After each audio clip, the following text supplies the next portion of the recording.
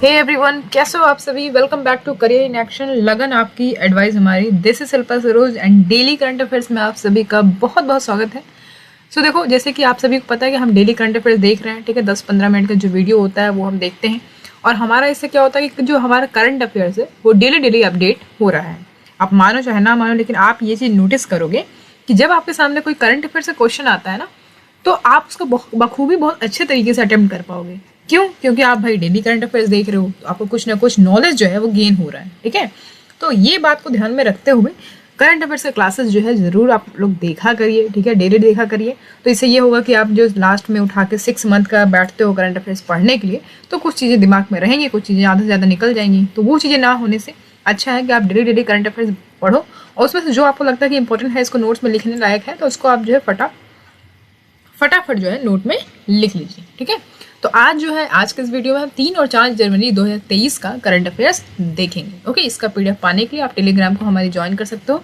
Telegram को join करने के बाद आप वहाँ पे जब आप मीडियम में जाओगे तो आपको सारा जो पीडीएफ है, जो अर्लियर क्लासेस हुई है अभी तक, वो सारा पीडीएफ आपको वहाँ पे मिल जाएगा। ओके, तो बिना देरी करते हुए टेलीग्राम को ज्वाइन कर लीजिए। इंस्टाग्राम पे आप मुझे फॉलो कर सकते हो शिल्पा सरोज ऑफिशियल के नाम से, और करियर इन एक्शन को भी फॉलो कर सकते हो। ओके, चलो तो फिर शुरू करते हैं बिना देरी करते हुए क्लास को। लास्ट सेशन में आपको क्वेश्चन ऑफ द डे दिया गया था। वो क्वेश्चन क्या था? Which state police has received the international association of chief of police 2022 award for the निजात कैंपिंग। इंपॉर्टेंट क्वेश्चन है भैया, क्योंकि ये निजात कैंपिंग क्या है, ठीक है। तो ऑप्शन दिया था त्रिपुरा, वेस्ट बंगाल, असम या फिर छत्तीसगढ़। तो इसका राइट आंसर हो जाएगा छत्तीसगढ़। तो यहाँ पे देख पा रहे हो आप कि जो निजात कैंपिंग है, ये किसके अंडर में, किसके लीडरशिप के अंडर में ये कैंपेन जो है लॉन्च किया गया था? तो छत्तीसगढ़ पुलिस के द्वारा जो है इसको लॉन्च किया गया था under the leadership of IPS Santosh Kumar Singh के द्वारा। जो है ये आईपीएस ऑफिसर है, इन्हीं के लीडरशिप के अंडर में जो है इस कैंपिंग को चलाया गया था, ठीक है। तो बेसिकली इस जो कैंपिंग है, क्या था इसमें? देखो, जो ड्रग पैडलर्स हैं, ठीक है, और जो स्मगलिंग करते हैं ड्रग्स का, है ना, तो वो लोगों के खिलाफ जो है बेसिकली एक्शन लेना था कि अगर वो पाए जाते हैं तो उनके स्ट्रिक्ट एक्शन लिया जाएगा। तो ड्रग फ्री सोसाइटी बनाने के लिए इनका एम यही था कि भाई अवेयरनेस लाया जाए और स्ट्रिक्ट एक्शन लिया जाए, ठीक है, ड्रग से फ्री करने के लिए लोगों को। बेसिकली इसलिए जो है छत्तीसगढ़ को ये जो अवार्ड है, international association of chief of police 2022 award, ये इनको मिला है छत्तीसगढ़ को, ठीक है। कौन से कैंपिंग इन्होंने लॉन्च किया था? Nijaat camping against drug peddlers, bootleggers and check to smuggling of drugs. A successful singular camping, Nizat witnessed the striking result to achieve a drug-free society with missionary G. Okay, चल अब हम बढ़ जाते हैं अपने सबसे पहले क्वेश्चन की तरफ। सबसे पहला क्वेश्चन हमारा कहता है, Who has been sworn in as 39th president of Brazil? तो ब्राजील के 39th प्रेसिडेंट कौन बन गए हैं, किन्होंने शपथ ग्रहण कर ली है? तो वो है, देख पा रहे हो इमेज में, ये है लुइस इनाकियो लूला दा सिल्वा, ठीक है। ये 77 ईयर्स के हैं, ये जो है 39 प्रेसिडेंट बन गए हैं ब्राजील के। ओके, इंपॉर्टेंट क्वेश्चन है, याद रखिएगा इसको। इन्होंने किसको डिफीट किया? तो इसके पहले जेर बोल्सोनारो थे, ठीक है। जैसे मैं आपको बता दूं कि ब्राजील के पहले प्रेसिडेंट कौन थे अभी जो थे फिलहाल में, जेर बोल्सोनारो, सब जानते हैं। तो इनको जो है डिफीट करके, इनको डिफीट करके लुइस इनाकियो लूला दा सिल्वा, ये इनका नाम है पूरा, तो ये जो है प्रेसिडेंट बन गए हैं ब्राजील के 39 प्रेसिडेंट हैं, ठीक है। He was serve as president of Brazil for the 2 terms from 2003 से 2006 एंड 2007 से 2011। ओके, तो ये इंपॉर्टेंट क्वेश्चन है। तो ये जो है ये पहले प्रेसिडेंट रह चुके हैं ब्राजील के, मतलब दो टर्म्स के लिए, जैसे कि 2003 से 2006 तक, उसके बाद 2007 से 2011, अब जो है फिर से ये प्रेसिडेंट बन गए हैं। तो ये इंपॉर्टेंट क्वेश्चन याद रखिएगा। अच्छा, तो ये तीसरी बार इनका जो टर्म्स है ऑफिस में, ये तीसरी बार रहेगा ब्राजीलियन प्रेसिडेंट के तौर पे। ओके, हम जब यहाँ ब्राजील की बात हो रही है तो इसको हम नहीं छोड़ सकते, ब्राजील के बारे में आपको पता होना चाहिए। तो ये जो है 5th लार्जेस्ट कंट्री है, कितना? 5th लार्जेस्ट कंट्री है पूरे वर्ल्ड में, और भारत हमारा कितने पे आता है? 7th नंबर पे, ठीक है। अच्छा, तो यहाँ पे अगर हम देखते हैं कि रशिया, कनाडा, चाइना, यूएसए, उसके बाद ब्राजील है आपका। ओके, तो ये इंपॉर्टेंट है, याद रखिएगा। साउथ अमेरिका कॉन्टिनेंट है, उसका हाफ पोर्शन ये कवर करता है ब्राजील। अब यहाँ पे इंपॉर्टेंट ये होता है, आपने सुना होगा कि अमेजोन फॉरेस्ट, राइट। तो 60% जो अमेजोन रेन फॉरेस्ट है, कंसिडर किया जाता है उसको कि जो अर्थ का पूरा लंग्स है ना, वो ब्राजील में स्थित है, मतलब सिचुएटेड है, ये जान लो। तो अमेजोन रेन फॉरेस्ट कहाँ पे है? ब्राजील में है। अब हम ब्राजील के कैपिटल क्या है वो देख लेते हैं। तो ब्राजीलिया इसका कैपिटल है। क्या कैपिटल है? Brasilia capital. करेंसी यहाँ पे ब्राजीलियन रील है। ओके, बढ़ते हैं क्वेश्चन नंबर 2 की तरफ। क्वेश्चन नंबर 2 कहता है, who assumes command of the IAF western command. अच्छा फ्रेंड्स, आप लोग ये बताइए कि आपको करंट अफेयर समझ में आ रहा है ना, कोई दिक्कत नहीं हो रहा है। जो भी हिंदी मीडियम स्टूडेंट है, मैं यहाँ पे हिंदी में इसलिए नहीं लिख रही हूँ क्योंकि बहुत ज़्यादा उसमें फिर टाइपिंग का इशू होता है और ठीक तरीके से आ नहीं पाता लिख के, तो इसलिए मैं इंग्लिश ही प्रेफर कर रही हूँ और मैं आपको हिंदी में समझा देती हूँ कि ये ना रहे कि हाँ समझ में नहीं आया कुछ। तो बेसिकली मेरा पूरा कोशिश यही रहता है कि आपको हिंदी में समझ में आए अच्छे तरीके से, है ना। तो ये बताने का मतलब था। तो मतलब वीडियो अच्छी लग रही है तो एक लाइक कर दीजिएगा, ठीक है। और ये बेसिकली आप लोग के लिए होता है, ध्यान से देखो, अच्छे से समझो इसको। तो who assume command of the IAF western command. तो वेस्टर्न कमांड यानी IAF इंडियन एयर फोर्स की बात हो रही है यहाँ पे, ठीक है, इंडियन एयर फोर्स की बात हो रही है यहाँ पे। तो Indian air force western command का अभी कौन एज्यूम कर लिया है कमांड? तो air marshal Pankaj Mohan Sinha, image में देख पा रहे हो ये हैं। तो इन्होंने जो है एज्यूम कर लिया है command of Indian air force western air command को। ओके, अच्छा इनकी बात करें तो इन्होंने जो है सक्सीड करा है एयर मार्शल एस प्रभाकरन को, ठीक है, जिनका मतलब जो सुपर एनुएट हो जाएंगे 31 दिसंबर 2022 को हो गए हैं। तो अभी जो है एयर मार्शल पंकज मोहन सिन्हा ये कमांड को एज्यूम कर ली है। ओके, अच्छा इसकी बात करें, इंडियन एयर फोर्स की बात कर लेते हैं क्योंकि ये इंपॉर्टेंट क्वेश्चन हो जाता है। IAF की बात करें, इंडियन एयर फोर्स, तो ये देखो ये कब सेटअप किया गया था? ये 8 अक्टूबर 1932 को सेटअप किया गया था, ठीक है, जिसके अंडर में आता है मिनिस्ट्री ऑफ डिफेंस के। ऑब्वियस सी बात है मिनिस्ट्री ऑफ डिफेंस के अंदर में ही आएगा, ठीक है। अच्छा क्वेश्चन है ये, ठीक है, तो यहाँ से ये समझ में आ गया। अच्छा, तो प्रेसिडेंट जो होता है भारत का वो सुप्रीम कमांडर होता है एयर फोर्स का। ये बहुत इंपॉर्टेंट क्वेश्चन है, याद रखिएगा। जो हमारा प्रेसिडेंट होता है ना, तो हमारी प्रेसिडेंट कौन है? द्रौपदी मुर्मू जी प्रेसिडेंट है हमारी। तो ये जो है सुप्रीम कमांडर हो जाएंगी एयर फोर्स की, सुप्रीम कमांडर कौन हो जाएंगी? द्रौपदी मुर्मू जी, ठीक है। हर साल 8 अक्टूबर को हम क्या मनाते हैं? Air force day. ये भी इंपॉर्टेंट क्वेश्चन हो जाएगा, एयर फोर्स डे, तो ये याद रखिएगा इसको बिल्कुल। चलो अब हम आगे बढ़ जाते हैं। देखो यहाँ पे तीसरा क्वेश्चन हमारा कहता है the union government has given an additional charge as border security force DG to whom. तो देखो यहाँ पे यूनियन गवर्नमेंट ने एडिशनल चार्ज दे दिया है BSF DG का। किसको दिया है? तो CRPF के डायरेक्टर जनरल है सुजॉय लाल थाउसेन, जो है इमेज में देख पा रहे हो, इनको एडिशनल चार्ज दे दिया गया है BSF DG के, ठीक है। DG मतलब director general, okay, director general होता है DG का मतलब। तो CRPF के डायरेक्टर जनरल है सुजॉय लाल थाउसेन, तो इनको जो है ये एडिशनल चार्ज दे दिया गया है BSF DG की। तो इन्होंने किसको रिप्लेस किया? पंकज कुमार सिंह को रिप्लेस किया, जो कि 31 दिसंबर 2022 को रिटायर हो गए हैं। तो बेसिक इतना जानकारी यहाँ से हमें मिलता है। अच्छा, यहाँ से हम और क्या जान सकते हैं? तो यहाँ BSF के बारे में हम जान सकते हैं कि ये देखो ये जो है BSF, ठीक है, ये कब बना? तो जब हमारा इंडिया पाकिस्तान वॉर हुआ था उसके बाद ये रेज किया गया 1965 में, ठीक है। ये 7th central arm police force है, ये भी याद रखिएगा। और अदर जैसे कि हम बात करें सेंट्रल आर्म फोर्सेस में क्या क्या आ जाएगा? असम राइफल्स आ जाएंगे, ITBP, CISF, CRPF, NSG और SSB, ठीक है, याद रखिएगा इसको। अब हम आगे बढ़ जाते हैं क्वेश्चन नंबर 4। देखो, who has been passed away at the age of 74 due to health complication at a hospital in Vadodara. तो अभी हाल ही में 74 साल की उम्र में हेल्थ कॉम्प्लिकेशन से रिलेटेड एक हॉस्पिटल में वडोदरा के उनकी कौन पास हो गई हैं, मतलब किनका देहांत हो गया है? तो फर्स्ट वुमेन चीफ सेक्रेटरी रही गुजरात की डॉक्टर मंजुला सुब्रमण्यम, इमेज में देख पा रहा हूँ ये है डॉक्टर मंजुला सुब्रमण्यम, ये पहली वुमेन चीफ सेक्रेटरी रही गुजरात की। तो ये क्वेश्चन में आपसे पूछ सकता है कि पहली वुमेन चीफ सेक्रेटरी गुजरात की कौन थी, क्या नाम था उनका, जिनका अभी हाल ही में 74 ईयर्स में उनकी डेथ हो गई है, इनका निधन हो गया है, ठीक है। इस तरीके से क्वेश्चन पूछा जा सकता है आपसे, याद रखिएगा इसको। अब बढ़ते क्वेश्चन नंबर 5 की तरफ। Which arm force has celebrate Jashn e Chillai Kalan with students in Srinagar. तो किस आर्म फोर्स ने जश्न ए चिलाई कलन जो है स्टूडेंट के साथ श्रीनगर में क्या किया? सेलिब्रेट किया। तो ये CRPF के द्वारा किया गया है, ठीक है, CRPF के द्वारा, ठीक है। अब ये जश्न ए चिलाई कलन आप देख पा रहे हो ये है क्या? तो चिलाई कलन की जब हम बात करते हैं तो ये देखो एक हार्शेस्ट विंटर पीरियड होता है कश्मीर में। कितने साल का, कितने डेज का होता है? तो 40 डेज का होता है, जो कि 21 दिसंबर से स्टार्ट होता है और आपका 29 जनवरी तक चलता है, ठीक है, हर साल मनाया जाता है। तो एक तरीके से फेस्टिवल समझ लो, ठीक है। तो बहुत सारे एक्टिविटीज़ यहाँ पे होते हैं, जैसे बैडमिंटन हो गया, डिबेट हो गया, है सिंगिंग हो गया, ड्राइंग हो गया, ये सब ऑर्गेनाइज किया जाता है स्कूल में, ठीक है। ये जो प्रोग्राम है एक इन्वायरमेंट प्रोवाइड करता है कि हाँ भैया सारे नए नए चीज़ें आप लर्न करो, है ना, पार्टिसिपेट करो उसमें। तो बेसिकली ये होता है। तो CRPF ने जो है इंजॉय करा है स्टूडेंट के साथ ये जश्न इन विंटर जश्न इन, कहाँ पे? श्रीनगर में, ठीक है। तो इंपॉर्टेंट क्वेश्चन हो जाता है ये, याद रखिएगा इसको। अब आगे बढ़ जाते हैं क्वेश्चन नंबर 6। देखो, who will inaugurate the 108 India science Congress through video conference on 3 जनवरी 2023। तो अभी हाल ही में किसने 108 108वां इंडियन साइंस कांग्रेस इनॉग्रेट करा है, वीडियो कॉन्फ्रेंसिंग के थ्रू इनॉग्रेट किया 3 जनवरी 2023 को, तो प्राइम मिनिस्टर नरेंद्र मोदी ने करा है। थीम क्या रहा 2023 का, science and technology for sustainable development with women empowerment. Okay, तो ये इंपॉर्टेंट क्वेश्चन है, याद रखिएगा इसको। ठीक है, तो इसको याद रखिएगा, इंपॉर्टेंट है। अच्छा, ये जो इनॉग्रल सेरेमनी हुआ है ये होस्ट किया गया है किसके द्वारा, राष्ट्र संत तुकादोजी महाराज नागपुर यूनिवर्सिटी के द्वारा, जो कि अमरावती रोड कैंपस पे है। तो फर्स्ट सेशन जो कांग्रेस का हुआ था ये भी कभी कभी पूछते हैं, तो 1914 में हुआ था। कब हुआ था, 1914 में हुआ था। इतना बेसिक जानकारी यहाँ से मिलता है। अब हम आगे बढ़ जाते हैं क्वेश्चन नंबर 7। देखो, India first underwater metro to become operation by December 2023।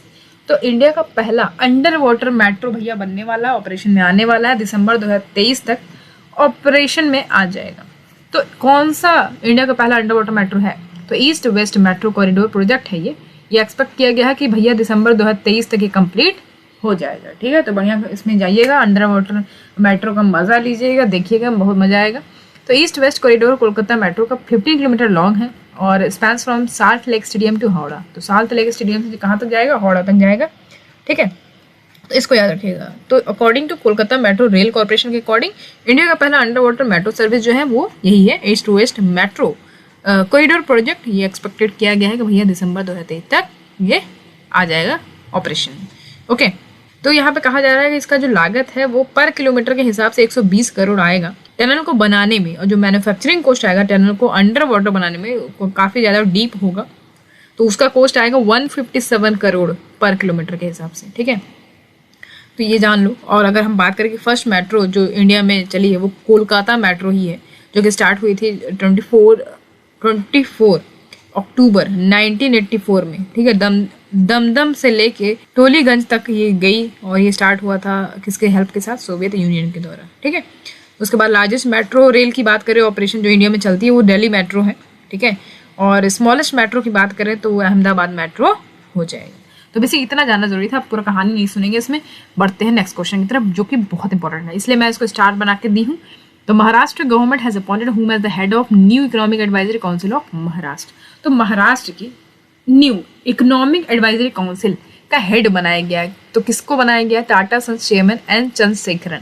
Image में देख पा रहे हो, ये टाटा सन्स चेयरमैन है, टाटा सन्स के चेयरमैन है ये एन चंद्रशेखरन। इनको महाराष्ट्र गवर्नमेंट ने अपॉइंट कर दिया head new economic advisory council का। तो इंपॉर्टेंट क्वेश्चन भैया, याद रखिएगा इसको। तो महाराष्ट्र गवर्नमेंट ने जो है सेटअप कर दिया है इकोनॉमिक एडवाइजरी काउंसिल, ताकि जो महाराष्ट्र है वो एक $1 ट्रिलियन इकोनॉमी बन सके। ओके, तो ये इंपॉर्टेंट है। जो न्यू एडवाइजरी काउंसिल है वो फंक्शन करेगा as a private research organisation. वो बेसिकली किस पे फोकस करेगा, जो भी इश्यूज हैं एग्रीकल्चर से रिलेटेड, बैंकिंग, इंजीनियरिंग, एजुकेशन, ये सबसे रिलेटेड जो भी इश्यूज हैं वो ये ऑर्गेनाइजेशन डील करेगा। ठीक है, तो प्राइम मिनिस्टर नरेंद्र मोदी का ये टारगेट है भारत का कि भैया ये जो है 5 ट्रिलियन इकोनॉमी हम बनाएंगे 2024 से 2025 तक। ठीक है, और इनका अलग चल रहा है महाराष्ट्र गवर्नमेंट का कि हाँ भैया हम महाराष्ट्र को $1 ट्रिलियन इकोनॉमी बनाएंगे। ओके, तो ये कुछ इस तरीके से बातें हैं, याद रखिएगा इसको ध्यान में। बढ़ते हैं क्वेश्चन नंबर 8 की तरफ। In which state of India did the first IVF unit for animal starts. तो अभी किस स्टेट में भारत का पहला IVF यूनिट एनिमल्स के लिए स्टार्ट किया गया है। तो ये कुछ ऐसा क्वेश्चन है, इसका आंसर क्या हो जाएगा, गुजरात के अमरेली में। कहाँ पे, गुजरात के अमरेली में जो है स्टार्ट इसको किया गया है। ठीक है, ये IVF समझते हो ना, इसको बोलते हैं इन विट्रो फर्टिलाइजेशन। ठीक है, इन विट्रो फर्टिलाइजेशन बोलते हैं इसको, IVF को।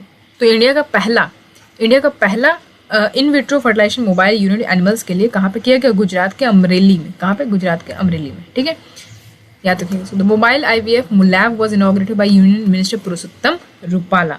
ठीक है, तो इनके द्वारा जो है इनॉग्रेट किया गया है IVF lab, mobile IVF lab किनके द्वारा, यूनियन मिनिस्टर हैं पुरुषोत्तम रूपाला, उनके द्वारा। ये जो पहला इंडिया का भारत का पहला IVF मोबाइल यूनिट होगा। इस यूनिट की मदद से जो वर्किंग है IVF टेक्नोलॉजी का उसको प्रोवाइड कर सकते हैं हम कैटल रियर्स को, जो कि अमरेली में स्टार्ट हुआ है। तो उनके लिए ये बेसिक बहुत ज़्यादा अच्छा होगा। ओके, चलो आगे बढ़ते हैं। क्वेश्चन नंबर 9 देखो। तो election commission of India has started mission 929 in which state. तो अभी इलेक्शन कमीशन, भारत का इलेक्शन कमीशन जो है उसने एक मिशन स्टार्ट किया, उसका नाम क्या है, मिशन 929 इन विच स्टेट। किस स्टेट में 929 यानी मिशन 929 स्टार्ट करा है, त्रिपुरा में करा है। कहाँ पे करा है, त्रिपुरा में करा है। ठीक है, इंपॉर्टेंट क्वेश्चन है ये भैया। अच्छा, तो ये जो बेसिकली किस पे फोकस करता है, 9 to 9 polling booth across Tripura with a target to increase the voter turnout to 92% in the next assembly election. इसका मतलब ये है कि ये बेसिकली 929 पोलिंग बूथ जो पूरे त्रिपुरा में है का ये टारगेट रहेगा कि हाँ जो जितना से ज़्यादा वोटर जो है 92% नेक्स्ट असेंबली में इलेक्शन पे वोट दें। ठीक है, तो इस पे ही इनका फोकस रहेगा।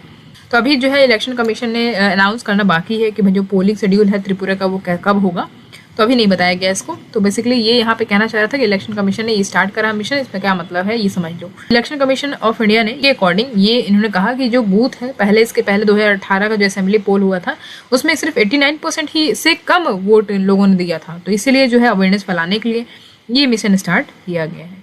हम त्रिपुरा असेंबली इलेक्शन की बात करें तो यहाँ पे जो है 60 सीट है, कितने 60 सीट्स है। इसके पहले जो 12th लेजिस्लेटिव असेंबली हुआ था त्रिपुरा का वो कब हुआ था, 18 फरवरी 2018 में हुआ था। ठीक है, अच्छा तो 12 लेजिस्लेटिव असेंबली जो है टर्म वो खत्म हो जाएगा कब भैया, 12 मार्च 2023 को खत्म हो जाएगा, फिर न्यू इलेक्शन होगा। तो इसीलिए जो है इसको यहाँ पे मिशन चलाया गया है अवेयरनेस फैलाने के लिए कि भैया आप जाइए अपना वोट दीजिए।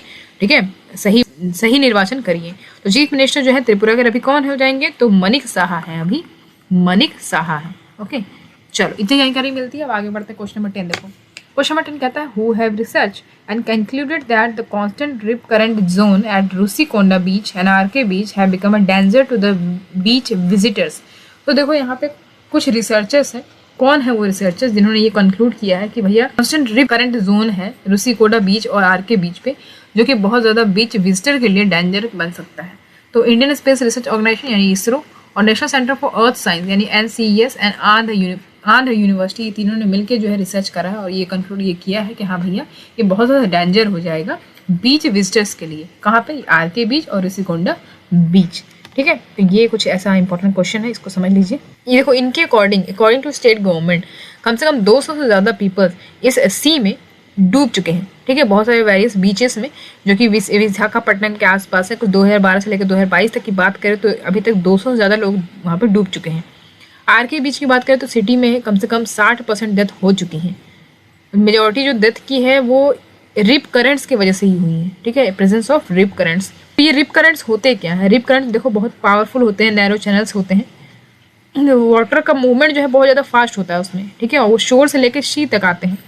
तो रिप करंट जो है बहुत ज़्यादा पावरफुल होते हैं, ये मतलब लोगों को खींच भी लेते हैं, पुल कर लेते हैं अपनी तरफ, है ना, शोर लाइन की तरफ फिर शी की तरफ। तो ये बहुत ज़्यादा रिप करंट्स बहुत ज़्यादा डेंजर है एक तरीके से देखा जाए तो ये जो मेजॉरिटी है पीपल्स की, ये इसीलिए इसमें डेथ हुई कि ये अपने और जब खींचते हैं उसके बाद फिर वो अपना बैलेंस नहीं संभाल पाते हैं, मतलब बह जाते हैं उसमें, है ना, स्विम नहीं कर पाते हैं। तो बेसिकली ये होता है। तो रिप करंट्स के बारे में ये जान लो और होता क्या है, क्यों हुआ, कैसा डेथ होती है, तो ये यहाँ पे इन्होंने रिसर्च में बताया है।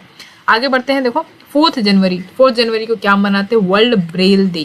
क्या मनाते हैं, वर्ल्ड ब्रेल डे। ठीक है, ये क्या होता है, देखो 4 जनवरी को हम मनाते हैं वर्ल्ड ब्रेल डे। किस ओकेजन पे, लुइस ब्रेल का बर्थ एनिवर्सरी को ऑब्जर्व करने के लिए हम ये मनाते हैं। ओके, तो यहाँ पे देखो ये फाउंड किया गया था यूनाइटेड नेशन के द्वारा नवंबर 2018 में, और ये ब्रेल सिस्टम जो है फर्स्ट पब्लिश किया गया 1829 में and was quickly adopted by national institute for blind youth.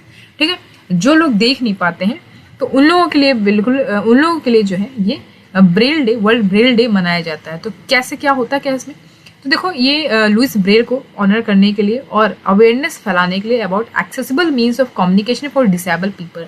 जो डिसेबल पीपल हैं, जो देख नहीं पाते हैं, है ना, या फिर डिसेबल है किसी भी तरीके से, तो उनका जो कम्युनिकेशन वे है उसको बहुत ज़्यादा अवेयर करना, बहुत ज़्यादा आगे लेके आना। तो ये बेसिकली इसमें बताया गया है। ओके, ठीक है, तो इस तरीके से कम्युनिकेट कर पाते हैं ये देख पा रहे हो, इनके पढ़ने का तरीका है वो कैसे कैसे पढ़ पाएंगे। ABCD यहाँ पे लिखा हुआ है, यहाँ पे आप देख पा रहे हो कैसे समझेंगे इसको, है ना।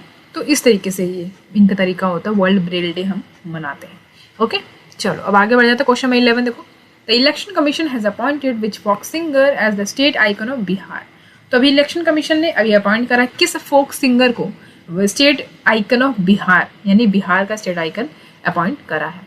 तो मैथिली ठाकुर, इमेज में देख पा रहा हूँ मैथिली ठाकुर, तो इनको जो है अपॉइंट किया गया है।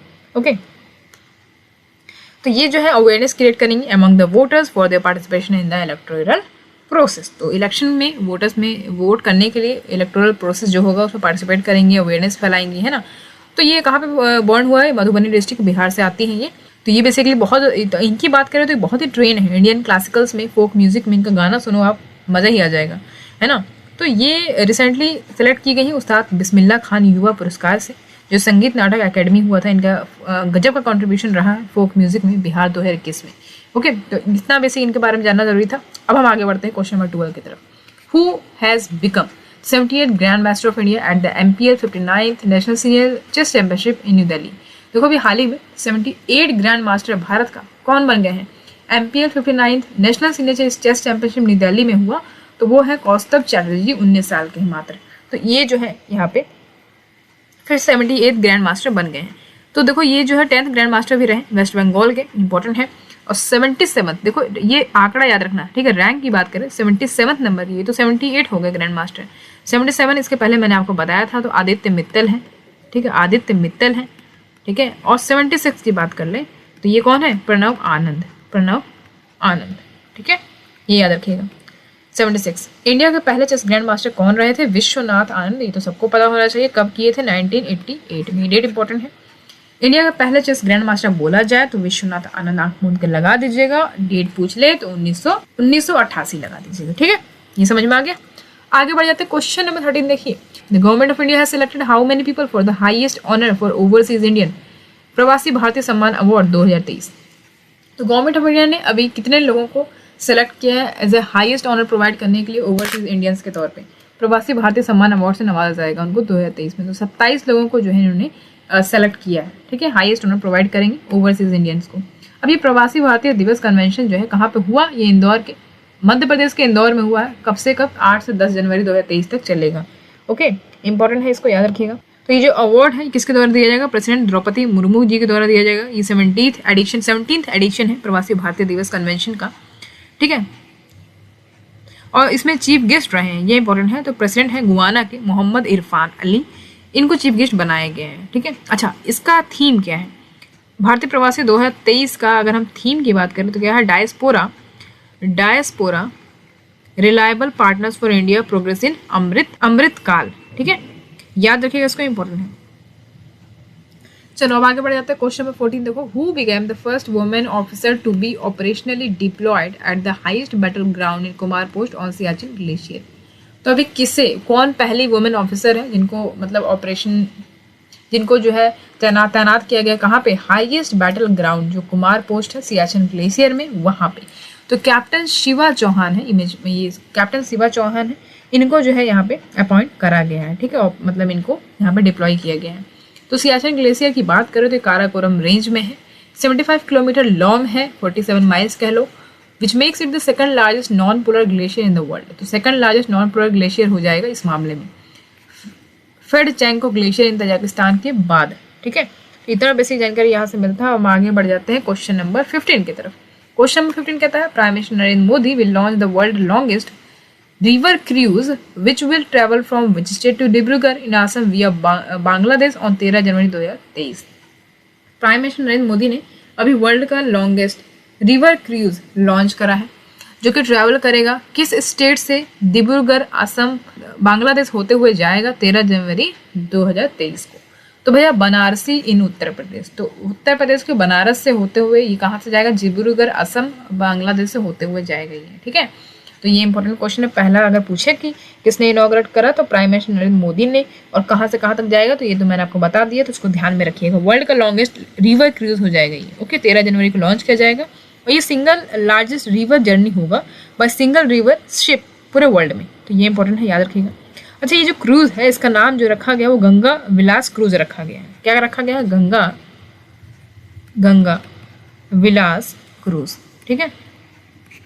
ये 4000 किलोमीटर जो है कवर करेगी, 4000 किलोमीटर 27 रिवर सिस्टम्स के साथ ये जाके इसको कवर करेगी, ठीक है, जिसमें आपका Ganga, Bhagirathi, Hooghly, Brahmaputra, West Coast Canal, ये सब आ जाएगा। 50 दिन लगेंगे इसको, ठीक है, याद रखिएगा इसको। चलो अब आगे बढ़ जाते हैं क्वेश्चन नंबर 16। देखो, which community celebrated Imoinu Iratpa festival every year. तो इमोइनू इरप्पा फेस्टिवल जो हर साल मनाते हैं, कौन सी कम्युनिटी इसके मनाती है? कौन सी कम्युनिटी इसको मनाती है, सेलिब्रेट करती है? तो मैटी कम्युनिटी ऑफ मणिपुर, मणिपुर का मैटी कम्युनिटी है, ये जो है इसको सेलिब्रेट या ऑब्जर्व करते हैं, ठीक है। तो ये जो है इमोइनू गॉडेस है, इनकी पूजा करते हैं वेल्थ एंड प्रोस्पेरिटी के लिए, ठीक है। इसको समझिएगा। अब आगे बढ़ जाते हैं क्वेश्चन नंबर 17 देखो। Who has inaugurated the 100 metre Siom bridge in Siang district of Arunachal Pradesh. तो अभी किसने अभी 100 मीटर का सियोम ब्रिज सियांग डिस्ट्रिक्ट में अरुणाचल प्रदेश के इनॉग्रेट करा है? तो डिफेंस मिनिस्टर राजनाथ सिंह है, इन्होंने जो है इसको इनॉग्रेट करा है 100 मीटर का जो सियोम ब्रिज है। This bridge will open an alternative route to India China border. तो इंडिया चाइना बॉर्डर तक जाने के लिए एक अल्टरनेटिव रूट जो है इसको ये ब्रिज जो है ओपन कर देगा। तो कहाँ पे है भैया? ये अरुणाचल प्रदेश में। ठीक है, याद रखिएगा, इसको इंपॉर्टेंट हो जाता है। अच्छा, सियोम ब्रिज की बात करें तो इसमें 28 ये जो है 28 प्रोजेक्ट्स में से एक है सियोम ब्रिज। ठीक है, ये कंप्लीट किया जाएगा बॉर्डर रोड ऑर्गेनाइजेशन के द्वारा। कितनी लागत आ रही है इसमें? 724 करोड़ बॉर्डर इंफ्रास्ट्रक्चर को स्ट्रेंथन करने के लिए। ठीक है, याद रखिएगा इसको। अरुणाचल प्रदेश की बात कर ले तो ये ईस्टर्न मोस्ट रीजन है भारत का। Land of dawn lit mountain बोलते हैं इसको। क्या बोलते हैं? Land of the dawn lit mountains या फिर लैंड ऑफ राइजिंग सन। तो कभी कभी आपसे ये पूछता है कि लैंड ऑफ राइजिंग सन किस राज्य को बोलेंगे, तो आप लगा दोगे क्या? अरुणाचल प्रदेश। ठीक है, और अरुणाचल प्रदेश अरुणाचल नहीं है। जो कुछ लोग जो है एन लगा देते हैं अरुणाचल में, तो वो एन नहीं होगा, अरुणाचल प्रदेश है। ठीक है, अच्छा, ये इंटरनेशनल बॉर्डर शेयर करती है किस किस कंट्री के साथ करती है? चाइना के साथ करती है, भूटान के साथ करती है और आपका म्यांमार के साथ करती है। ठीक है, ये कुछ एक्स्ट्रा मैं बता रही हूँ आपको, ये एग्जाम में पूछा जाता है इसलिए। अच्छा, तो ये गवर्नर कौन है यहाँ के? तो ब्रिगेडियर BD मिश्रा। ठीक है, BD मिश्रा यहाँ के आपके गवर्नर हो जाएंगे। और CM कौन है? पेमा खांडू। ये तो मैंने आपको बहुत बार बताया है, पेमा खांडू। कैपिटल यहाँ का ईटानगर है। ठीक है, ईटानगर याद रहेगा। अरुणाचल प्रदेश का क्या है? ईटानगर। चलो आगे बढ़े, क्वेश्चन नंबर 18 देखो। Which state CM has launch 2 programme name Didir Suraksha Kavach and Didir Doot ahead of the 2023 panchayat poles.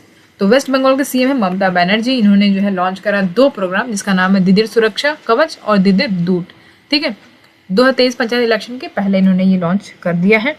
ये जो प्रोग्राम है ये फोकस करेगा 15 स्टेट गवर्नमेंट स्कीम्स के ऊपर, जो कि बहुत सारे सेक्टर्स को कवर करते हुए जाएगा, जैसे कि फूड हो गया, हाउसिंग हो गया, हेल्थ हो गया, एजुकेशन, इनकम, सोशल सिक्योरिटी या फिर एम्प्लॉयमेंट। ओके, अच्छा, ये दीदिर दूत ये क्या है? ये मोबाइल एप्लीकेशन है। ओके, ये डेवलप किया गया है उन लोगों के लिए जिनको अपनी शिकायतें दर्ज करने में प्रॉब्लम होती है। ये उनके लिए जो है ये न्यू मोबाइल एप्लीकेशन लॉन्च किया गया है। ठीक है, ये जो प्रोग्राम है ये लॉन्च करा जाएगा 11 जनवरी 2023 से। तो ये कुछ इंपॉर्टेंट है, याद रखिएगा इसको। आगे बढ़ जाते हैं, क्वेश्चन नंबर 19 देखते हैं। Which city to become India first city with 100% sewage facility by May 2023। कौन सा सिटी इंडिया का पहला सिटी बन जाएगा 100% स्वेरेज फैसिलिटीज यहाँ पे हो जाएगा मई 2023 तक? तो हैदराबाद सिटी है वो इंडिया का पहला सिटी बन जाएगा।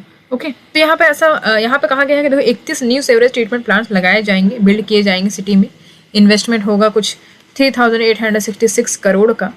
उसके बाद 31 न्यू स्वेज ट्रीटमेंट प्लांट्स लगाए जाएंगे। ठीक है, तो इसलिए जो है यहाँ पे 100% स्वेरेज फैसिलिटी मिलेगी नेक्स्ट मई से देखने को मिल जाएगी आपको, है ना, मई 2023 मान लो। तो चीफ मिनिस्टर यहाँ तेलंगाना के कौन है? के चंद्रशेखर राव।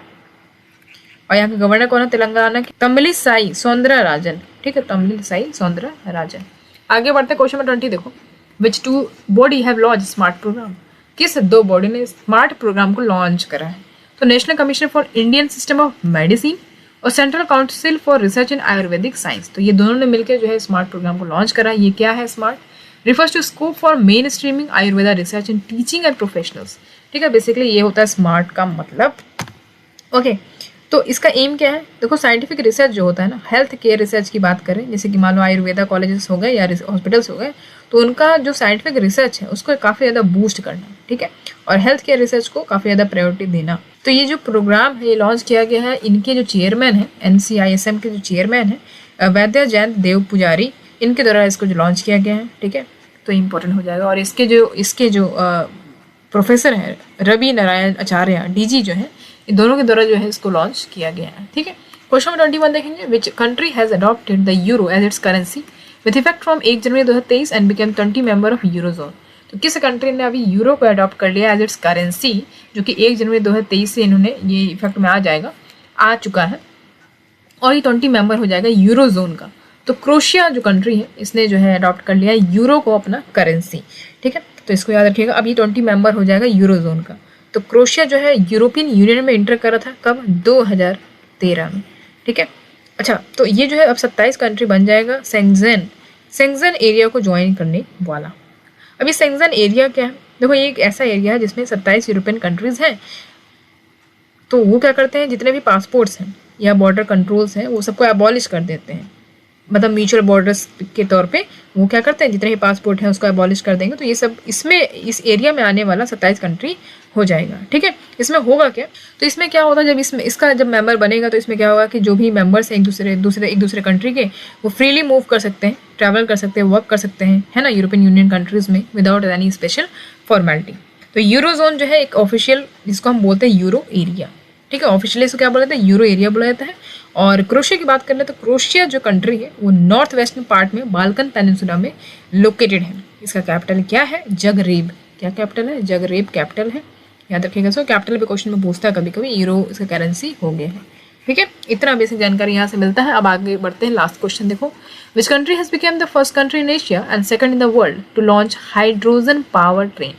कौन सा कंट्री जो है पहला कंट्री बन गया है एशिया का और सेकंड बन गया वर्ल्ड का जिसने हाइड्रोजन पावर ट्रेन लॉन्च करने वाला है, तो चाइना हो जाएगा, ठीक है। मतलब अगर हम एशिया की बात करें तो एशिया में पहला कंट्री हो जाएगा चाइना, और वर्ल्ड की बात करें तो उसमें वर्ल्ड के मामले में सेकंड हो जाएगा, ठीक है। पहला कौन हो जाएगा, फिर जर्मनी हो जाएगा पहला कंट्री जिसने हाइड्रोजन पावर ट्रेन जो स्टार्ट करा था सितंबर 2022 में, और चाइना जो है दूसरा हो जाएगा हाइड्रोजन पावर ट्रेन लॉन्च करने वाला। ओके, तो ये कुछ बेसिक जानकारी थी जो पता होना चाहिए आपको।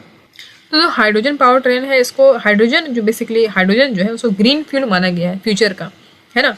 तो हाइड्रोजन फ्यूल सेल जो है पूरे एनवायरमेंट फ्रेंडली होता है और कोई भी ग्रीन हाउस गैस एमिट नहीं करता है, ये तो बहुत ही अच्छा है। तो हाइड्रोजन फ्यूल सेल से हम हाइड्रोजन और एयर को यूज करते हैं ताकि हम इलेक्ट्रिसिटी जनरेट कर सकें उससे, है ना। तो जो कॉम्बिनेशन है एयर हाइड्रोजन का, उससे क्या प्रोड्यूस होता है, वाटर प्रोड्यूस होता है, जो कि एक बाई प्रोडक्ट के तौर पर यूज करता है ट्रेन और उसको रिलीज करता है एज अ वाटर, ठीक है। तो ये समझ लो, तो हाइड्रोजन और एयर को यूज करके वाटर को ये क्या करता है, रिलीज करता है। एक और चीज इंपॉर्टेंट, इंडिया ने ये कमिट करा है कि हाँ भैया हम नेट जीरो कार्बन एमिशन को अपनाएंगे, तो अचीव करेंगे 2070 तक।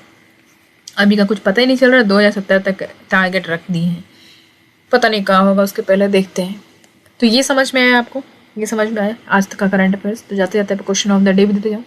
अच्छा, क्वेश्चन ऑफ द डे की तरफ बढ़ने से पहले मैं आपको बता दूं कि इसके पहले जो हमने एनसीएल का एक्सपेक्टेड एमसीक्यूज जो मैंने कराया था, तो उसमें एक क्वेश्चन था, तो मतलब एनसीएल से रिलेटेड है। तो उसमें क्वेश्चन नंबर 6 जो था, उसमें क्वेश्चन में ये था कि इंडिया का कोल के प्रोडक्शन के मामले में पूरे वर्ल्ड में क्या रैंक है। तो पहला रैंक तो आपका चाइना ही है, दूसरे नंबर पे भारत आ गया है, ठीक है। इंडिया किस नंबर पे आ गया है, दूसरे नंबर पे आ गया, और तीसरे नंबर पे है आपका यूएसए, ठीक है। तो ये बेसिक जानकारी आपको पता होनी चाहिए। मैंने उसमें आपको तीसरे नंबर पे बता दिया है कि इंडिया जो है तीसरे नंबर पे, वो 2021 के पहले का आंकड़े का है। 2021 के अकॉर्डिंग जो है भारत जो है दूसरे नंबर पे आ गया है, ठीक है, चाइना के बाद। तो ये याद रखिएगा, कोल प्रोडक्शन के मामले में बोले तो दूसरे नंबर पर लगाइएगा आप, ठीक है, इसमें गलत मत करिएगा। तो ये यहाँ का राइट आंसर हो जाएगा। अब हम आगे बढ़ जाते हैं अपने क्वेश्चन ऑफ द डे की तरफ। तो क्वेश्चन ऑफ द डे आपसे कहता है कि the year of 2023 is being observe all over the world as international year of dash. तो 2023 को ऑब्जर्व करा जाएगा पूरे all over the world as international year of dash, यानी कि बार्ले, राइस, मेज, माइलेट्स। क्या होगा इसका राइट आंसर, कमेंट बॉक्स में कमेंट करके दीजिए। ओके, वीडियो अच्छी लगे तो एक लाइक कर दीजिएगा और शेयर कर दीजिएगा ज़्यादा से ज़्यादा। चलो, तो आज के लिए इतना ही करते हैं, मिलेंगे आपसे अगले क्लास में। तब तक के लिए ध्यान रखिए। Thank you so much for watching.